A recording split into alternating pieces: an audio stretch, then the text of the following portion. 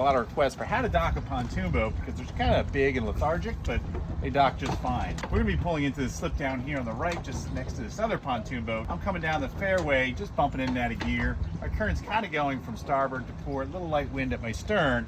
It's relatively calm. I pick my time to make my turn into my slip, wheel to my right, forward gear.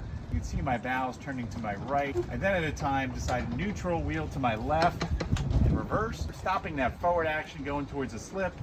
And then I am bringing the stern to my port side, my bow over to my starboard side.